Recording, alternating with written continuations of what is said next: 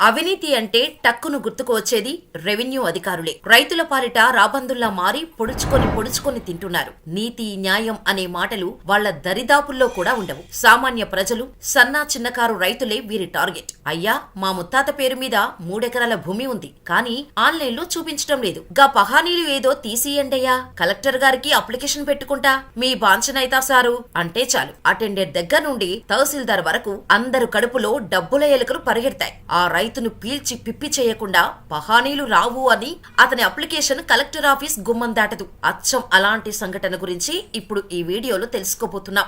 ఒక సామాన్య రైతు తహసీల్దార్ ఆఫీస్ కి వస్తే ఏకంగా 8 లక్షల రూపాయలు లంచం డిమాండ్ చేయడంతో ఆ రైతు ఏం చేశాడో తెలిస్తే రెవెన్యూ అధికారులు మళ్లీ ఏ రైతునైనా లంచం అడగటానికి వణికిపోవాల్సిందే. ప్రతి రైతుకు ఈ వీడియోని చేరేలా షేర్ చేయండి. లంచాలు ఇచ్చి కాదు, నయా పైసా ఇవ్వకున్నా మన పనులు చేసి పెట్టాల్సిన బాధ్యత అధికారులేదే అని తెలిసేలా చెప్పండి. ఇప్పటికీ కొన్ని లక్షల రైతులు అధికారులకి లంచాలు ఇవ్వకపోతే పని చేయరు అనే భ్రమలోనే బ్రతుకుతున్నారు. వారందరి కోసమే ఈ వీడియో. దయచేసి ప్రతి ఒక్క రైతుకు చేరేలా చేయండి. ఓ రైతు తన 9 ఎకరాల భూమికి సంబంధించిన అధికారిక రికార్డుకు సంబంధించి కొన్ని పనులు చేయించుకోవడానికి రెవెన్యూ ఆఫీస్ కు వచ్చాడు. వచ్చి రాగానే నేరుగా తహసీల్దార్ దగ్గరకు వెళ్లి తను ఎందుకొచ్చాడో వివరంగా చెప్పాడు. దాంతో ఆ తహసీల్దార్ కుక్కకు దొరికిందే బొక్క చీకీ పడేయాలి అనుకుందో ఏమో, వెంటనే ఆ రైతు గ్రామ వీఆర్ఓని పిలిచి మొత్తం చెప్పింది. బయట కూర్చున్న రైతును దాదాపు ఒక 2.5 గంటలు కూర్చోపెట్టి వీఆర్ఓని కలవమని చెప్పింది. దాంతో లోపల పక్క ప్లాన్ తో ఎంత నొక్కాలి, ఎవరికి ఎంతెంత పర్సంటేజ్ అని మాట్లాడుకున్న వీఆర్ఓ బయటకు వచ్చి ఆ రైతుతో డైరెక్ట్ డీలింగ్ స్టార్ట్ చేశాడు. చూడు కాకా, నీ పని జరగాలంటే చాలా టైం పట్టుద్ది. ఆఫీసుల చుట్టూ తిరిగి నీ కాళ్లకున్న చెప్పులు కాదు కాళ్ళు కూడా అరిగిపోతాయి. నిజానికైతే నీ పని కావాలంటే దాదాపు 15 లక్షల వరకు ఖర్చవుతుంది. అందరికీ తలా కొంత ఇస్తే కాని నీ పని చేయరు. నీకోసమే చెబుతున్నా. నీ భూమి 9 ఎకరాలు ఉంది కదా, ఎకరానికి 1 లక్ష చొప్పున ఇచ్చినావంటే 10 రోజుల్లో నీ పని పూర్తయిపోతుంది అని చెప్పాడు వీఆర్ఓ. దాంతో దెబ్బకు ఆ రైతుకు బైర్లు కమ్మాయి. ఏం చేయాలో అర్థం కాలేదు. అన్ని డబ్బులు అడగటానికి కారణం ఆ భూమి మార్కెట్ రేటు ఎక్కువగా ఉండటమే. అయితే అన్ని డబ్బులు లేవు సార్, నా దగ్గర ఇప్పుడు 30,000 మాత్రమే ఉన్నాయి. కావాలంటే అడ్వాన్స్ గా ఆ 30,000 రేపు తెచ్చిస్తా. 9 లక్షలంటే సర్దుబాటు కావు.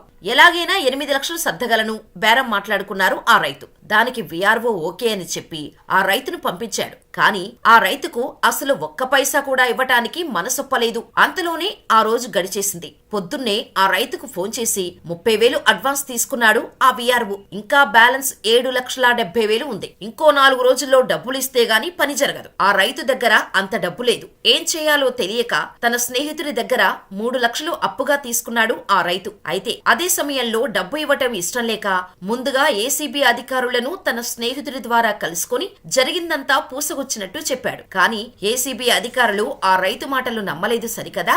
ఆ తహసీల్దార్ స్టేట్ లోనే బెస్ట్ ఎంఆర్ఓగా అవార్డు తీసుకున్నారు. అలాంటి ఎంఆర్ఓ పైన తప్పుడు సమాచారం ఇస్తావా అని ఆ రైతు చెప్పిన మాటలు పట్టించుకోలేదు. దాంతో ఆ రైతు బ్యాలెన్స్ డబ్బులు ఇవ్వటానికి ఈ రోజు వెళ్తున్నా, మీకు నా మీద నమ్మకం లేకుంటే డైరెక్ట్ గా వచ్చి చూడండి అని చెప్పి వెళ్లిపోయాడు. దాంతో ఏసీబీ అధికారులు సైతం మారువేషంలో వెళ్లి ఎవరికీ అనుమానం రాకుండా ఆ రైతును ఫాలో అవుతూ ఉన్నారు. ఆ రైతు తెచ్చిన 3 లక్షలు తీసుకుని వెళ్లిపోయాడు ఆ వీఆర్ఓ. వెళ్లి నేరుగా ఎంఆర్ఓ చేతిలో పెట్టాడు. ఇదంతా గమనించిన ఏసీబీ అధికారులు వీఆర్ఓను అదుపులోకి తీసుకుని అడ్వాన్స్ గా తీసుకున్న 30,000 రూపాయలను ఏసీబీ అధికారుల ముందు పెట్టాడు. నాకేం తెలీదు, అంతా ఆ తహసీల్దార్ గారు చెబితేనే చేశాను అని చెప్పాడు. ఆ 3 లక్షల విషయం కూడా క్లియర్ గా చెప్పాడు ఆ వీఆర్ఓ. దాంతో అప్పటి వరకు స్టేట్ బెస్ట్ నెంబర్ 1 ఎంఆర్ఓ ముసుగులో ఉన్న తహసీల్దార్ ఇంట్లో సోదాలు చేశారు ఏసీబీ అధికారులు. అంతే, ఆ దెబ్బతో వాళ్ల కళ్ళు బైర్లు కమ్మే నిజాలు తెలిసాయి. 1 కాదు 2 కాదు, 93 లక్షల రూపాయల నగదును 1.07 కోట్ల అక్రమ ఆస్తుల దస్తావేజులు బయటపడ్డాయి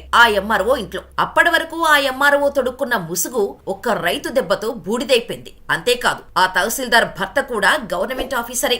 సరిగ్గా తహసీల్దార్ దొరికిన 10 రోజుల తర్వాత భర్త బండారం కూడా బయటపడింది. భార్యాభర్తలిద్దరూ కలిసి ప్రజలను రాబందుల్లా పీక్కొని తింటూ కోట్లకు డబ్బు మింగటం స్టేట్ మొత్తాన్ని ఒక్కసారిగా షేక్ చేసింది. ఇదంతా తెలంగాణలో జరిగిన నిజమైన సంఘటన. మీకు డీటెయిల్ గా అర్థం కావటానికి, రియాలిటీగా అనిపించడానికి కొన్ని సన్నివేశాలు కల్పించడం జరిగింది, కానీ మూలం మాత్రం మార్చలేదు. దయచేసి గమనించగలరు. ఈ విషయం దాదాపు చాలా మందికి ఇప్పటికే తెలిసుండొచ్చు, కొందరు మర్చిపోయిన వారికి కూడా గుర్తొచ్చి ఉండొచ్చు. ఈ వీడియో చేయడానికి కారణం రీసెంట్ గా ఏసీబీ దాడుల్లో దొరికిన మరో ఎంఆర్ఓ. ఇలా చాలా మంది పేద ప్రజల రైతుల రక్తాన్ని తాగటానికి మరిగారు. వాళ్ళకి బుద్ధి చెప్పాలి అంటే మనం కూడా ఎదురు తిరగాల్సిందే. మహా అయితే మీ పనిని పెండింగ్ లో పెడతారు, తిప్పించుకుంటారు. మీకు అధికారుల నుండి ఎలాంటి ఒత్తిళ్లు ఉన్నా డైరెక్ట్ ఏసీబీ అధికారులకు ఫిర్యాదు చేయండి. మిగతా కథంతా వాళ్లే నడుపుతారు. మీ పనిని కూడా దగ్గరుండి చేయించి పెడతారు. అధికారుల్లో ప్రజలంటే భయం ఉండాలి. ప్రతి ఒక్క అధికారి మనం ట్యాక్స్ కడుతూ పెట్టుకున్న జీతగాళ్లే అని మరిచిపోకండి. ఒకవేళ మీరు ఇలాంటి లంచాలకు వేధించబడితే దయచేసి ఈ నెంబర్ కి కాల్ చేసి కంప్లైంట్ చేయండి. Telangana ACB head office 04023251555. Andhra Pradesh ACB అన్ని జిల్లాల అధికారుల ఫోన్ నెంబర్స్ డిస్క్రిప్షన్ లో ఉన్న లింక్ ద్వారా తెలుసుకోవచ్చు. మరి ఈ వీడియోపై మీ అభిప్రాయాన్ని మాకు కామెంట్ ద్వారా తెలియజేయండి. మరిన్ని ఇలాంటి ఇంట్రెస్టింగ్ ఇన్ఫర్మేషనల్ స్టోరీస్ కోసం మన ఛానల్ ని సబ్స్క్రైబ్ చేసుకోండి. ఈ సంఘటన గురించి ఆర్టికల్ లింక్ డిస్క్రిప్షన్ లో ఇవ్వటం జరిగింది, చెక్ చేయండి.